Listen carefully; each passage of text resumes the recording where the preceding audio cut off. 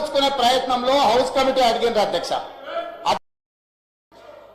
కేటీఆర్ గారు మీకు హరీష్ రావుతో పొలిటికల్ ప్రమాదం గుర్తుపెట్టుకోండి. ఎందుకంటే నీ చెల్లె ఒక వికెట్ ఎగిరిపోయింది, నీ పని పెట్టేది ఖాయం. ఎందుకంటే మీరు పోటీపడి దోచుకున్న రాష్ట్రాన్ని. మీ అందరికంటే ఎక్కువ హరీష్ రావు దగ్గరనే పైసలు ఉన్నాయి, అందరికంటే ఎక్కువ హరీష్ రావు దగ్గరనే పైసలు ఉన్నాయి. ఇక్కడ ఉన్న ఎమ్మెల్యేలు కేటీఆర్ గారు మీ మాట ఎవరు చెప్పండి, ఆడ ఉన్న ఎమ్మెల్యేలు ఎవరెవరు మీ మాట ఏంటో చెప్పండి. హరీష్ రావు మాట వింటారు. రేపు నేను ముంచేది ఖాయం, గుర్తుపెట్టుకోండి. ఎందుకంటే 2001 నేను చూస్తున్నాను. చెప్తాయినా మీరు గౌరవ కడేశ్వర్ గారి మీద ఇట్లా కత్తులు కూడా కోలాడతాం బిడ్డ, కబడతారు. ఏమనుకుంటున్నావు? మా పరికత్తులు లేసేనుకో నీ గడికి ఏమైనా కడతామని చెప్తామని చెప్తున్నా. ఎవరెవరు ఇస్తున్నావు, ఎవరు భావిస్తున్నావు? అందుకోసమనే దళితులంటే గిరిజనులంటే లెక్కలేని తన మీద మీరుంటే మీ గడిలో దొర్ర రోజుకు వస్తారు కూడా హెచ్చరిస్తారు. అందుకోసమనే ఇమ్మీడియట్లీ అధ్యక్ష వాళ్ళు కడియం సిఆర్ గారికి బేజాబ్తా క్షమాపణ చెప్పాలని డిమాండ్ చేస్తామని నేను. ఇవాళ ఇంకొక మాట, ఇవాళ కాళేశ్వరం కట్టినాడు అదే కేసీఆర్ గారు ఫడ్నవీస్ ముఖ్యమంత్రి గారిని జగన్ గా ఆనాడు ఆంధ్రప్రదేశ్ ముఖ్యమంత్రి జగన్ పిలిచాడు.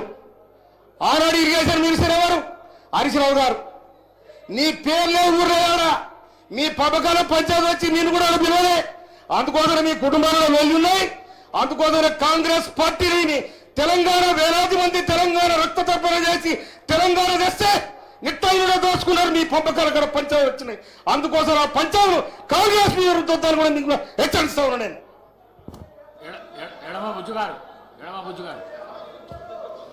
అధ్యక్ష, మేం కొత్త సభ్యులం, వీళ్ళు చిల్లర చేస్తానని చూసి బాధపడుతున్నాం అధ్యక్ష. నేను మొన్న ఎంత ప్రిపేర్ అయ్యి వచ్చానంటే మీరిచ్చే రెవెన్యూ సబ్జెక్ట్ మీద కావచ్చు, ఆ రెవెన్యూ సబ్జెక్ట్ వస్తే వాళ్ళ భూ కబ్జాల గురించి నేను మాట్లాడుతాను అధ్యక్ష. కానీ నాకు అవకాశం రాలేకపోయింది, వాళ్ళు చిల్లర చేసే వల్ల నేను నిన్న మాట్లాడలేకపోయినా అధ్యక్ష. మొన్న 2, 3, 4, 5 గంటలు నేను ప్రిపేర్ అయిన అధ్యక్ష. ఈరోజు వాళ్ళు చేస్తాను చూసి మేము కొత్త సభ్యులుగా బాధపడుతున్నాం, సిగ్గుపడుతున్నాం అధ్యక్ష. ఈరోజు కౌశిక్ రెడ్డి గారు ఆ చేస్తలేని అధ్యక్ష. నా అక్క చెల్లెలను నేను నా అమ్మాలతో సమానం, అక్కడ వాళ్ళు కూడా వీళ్ళు కూడా నా అమ్మాలతో సమానం. ఈరోజు సబితా ఇంద్రెడ్డి గారు అక్కడ ఉన్నారు, మా కోవలక్ష్మి నాకు అక్కడ ఉంది. అతను చేసే లక్ష్యాత ఈరోజు పెద్ద మనిషిని చూసి ఇట్లా రండి రండి రండి. ఏమధ్యక్ష, ఏమైనా సిగ్గుందా? ఈరోజు చిన్న శాసనసభ్యులుగా నేను చెప్తున్నా, మేము మీలో చూసి నేర్చుకోవాలి. మీరు చేసే వ్యవహారం ఏంటిది అధ్యక్ష? మా ముఖ్యమంత్రి గారు ఏం చెప్పారు? సిఐడి ఎంక్వైరీ పెట్టిస్తామన్నారు, ఎంక్వైరీ చేస్తామని చెప్పారు. కానీ ఏమధ్యక్ష, ఒక దళిత సంబంధించిన బిడ్డ ఈరోజు సీనియర్ నాయకులు కనీసం వయసును చూసి కూడా మనం గౌరవించకపోతే ఈ సమాజానికి ఏం సంకేతం ఇద్దాం సార్? మేమందరం చూసాం అధ్యక్ష. వీడియో రికార్డుని ఓపెన్ చేయండి. ఈరోజు కౌశిక్ రెడ్డి గారు చేసే వ్యవహారం ఈరోజు తుపాకీతోటి ఇక్కడ చేసుకుంటే భయపెట్టారని కాదు. ఈరోజు తుపాకీ పట్టిందే మా సీతక్క, అడవిలో తిరిగింది. ప్రజాస్వామ్యంతో వారే సమస్యల పరిష్కారంతో ఈరోజు చట్టసభలు వచ్చింది అధ్యక్ష. ఈరోజు మా మంత్రి అయితే సహించలేరు, మా సీతకి అవగాహన చేస్తారు, ఆమెను బాధ పెడతారు. ఈరోజు కడియం సిఐ గారిని ఇష్టం వచ్చినట్టు ఈరోజు మీరు భయపెడుతున్నారు. ఏ రోజు ఆదివాసులు దళితులు ఈరోజు చట్టసభల్లో ఉంటే ఇదా మీ ఆచారం మీద, మీ సంస్కృతి అయినా మీ కేసీఆర్ గారు ఇదే నేర్పించారా? మీ అవసరమైతే మీ కేసీఆర్ గారి చట్టసభ వచ్చి మాట్లాడమని చెప్పండి.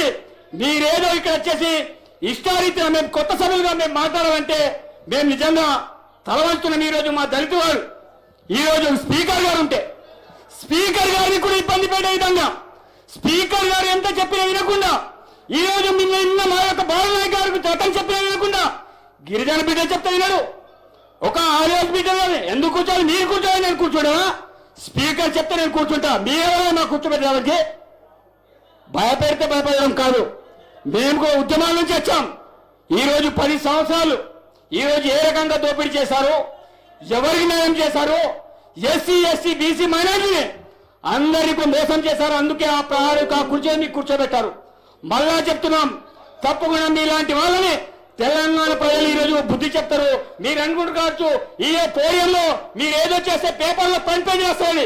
ఫ్రంట్ పేజ్ వచ్చినా ఏం చేసినా మీకు ఎలక్షన్లు ఏ రకంగా బుద్ధి చెప్పారు, భవిష్యత్తులో కూడా మీకు బుద్ధి చెప్తారు. మరొకసారి కాంగ్రెస్ పార్టీ అధికారంలో వస్తుంది. తప్పకుండా మా సిబిసిఐడి ఎంక ద్వారా మిమ్మల్ని బొక్కేసి తప్పకుండా ఈరోజు తొక్కుతామని తెలియజేస్తాం. ధన్యవాదాలు. సత్యం.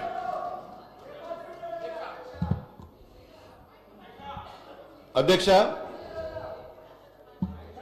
ఈరోజు శాసనసభలో జరిగినటువంటి సంఘటన చాలా బాధాకరం. అధ్యక్ష, ఒక సీనియర్ శాసనసభ్యులు గత 3 దశాబ్దాలుగా ఈ రాష్ట్రంలో శాసనసభ్యునిగా, శాసన మండలి సభ్యునిగా, డిప్యూటీ సీఎంగా అనేక పదవులు నిర్వర్తించి అనేక సార్లు మంత్రిగా చేసినటువంటి పెద్దలు కడియం శ్రీహరి గారి పైన హుజురాబాద్ శాసనసభ్యులు పాడి కౌశిక్ రెడ్డి గారు ఈ రాష్ట్రంలో ఉన్న దళితుల మనోభావాలు దెబ్బతీసే విధంగా, దళితుల ఆత్మగౌరవాన్ని దెబ్బతీసే విధంగా, ఏం పీక్కుంటావో పీక్కో, నిన్ను కాల్చి పాడేస్తా, పండబెట్టి తొక్కదాని ఒక సీనియర్ శాసనసభ్యులైనటువంటి కడియం శ్రీహరి గారి మీద వారు చేసినటువంటి వ్యాఖ్యలు చాలా బాధాకరం. అధ్యక్ష, ఇలా శాసనసభ అంటే ప్రజాస్వామ్యానికి ఒక దేవాలయం లాంటిది. ఇలా 4 కోట్ల ప్రజలు ఈ శాసనసభలో ఏం జరుగుతుంది, శాసనసభలో ఏం మాట్లాడుతుండ్రు, శాసనసభ ఏ విధంగా ఇలా ప్రజలకు జవాబుదారీగా ఉంటుందని చెప్పి ఇలా చూసే సందర్భం శాసనసభ. అట్లాంటి నిండు శాసనసభలో ఒక సీనియర్ లెజిస్లేటర్ దళిత నాయకుడిని అవమానించడం ఇలా నిజంగా ప్రజాస్వామ్యానికి దుర్దినం. తక్షణమే వారు చేసినటువంటి ఆ అసభ్యకరమైనటువంటి వీడియోల్ని మీరు పరిశీలించి, అతని మాటల్ని మీరు పరిశీలించి ఖచ్చితంగా వారిపైన చర్య తీసుకోవాల్సిందిగా మిమ్మల్ని విజ్ఞప్తి చేస్తున్నాం. అధ్యక్ష, ఇలా నిజంగా ఈ రాష్ట్రంలో లక్షలాది మంది దళితుల్ని అవమానించినటువంటి సంఘటనగా నేను భావిస్తూ మీరు సెలవు తీసుకుంటాను. అధ్యక్ష. డాక్టర్ కవంపల్లి సత్యనారాయణ. అధ్యక్ష,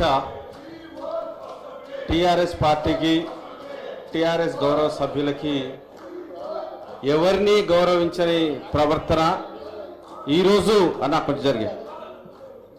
ఈరోజు నిన్నట్టుండి ఒకటే రాద్ధాంతం, ఉదయం అయిందో లేదో చాలా కష్టపడి జీవితంలో ఒక లెక్చరర్గా ఉంటూ 94 నుండి రాజకీయాల్లో ఉంటున్నటువంటి కడియం శ్రీహరి గారిని పెద్ద వయసు ఒక 70 ఏళ్ల పైన ఉన్నటువంటి సభ్యుని పట్ల అసభ్యంగా ప్రవర్తించినటువంటి టిఆర్ఎస్ సభ్యులను, మరి ముఖ్యంగా పాడి కౌశిక్ రెడ్డి గారిని చూసి ఈరోజు అందరూ కూడా సభ్య సమాజం సిగ్గుపడతా ఉన్నది. కాబట్టి వీళ్ళు ఎప్పుడు కూడా దళితులను అవమానపరచడం వాళ్ళకి అలవాటు.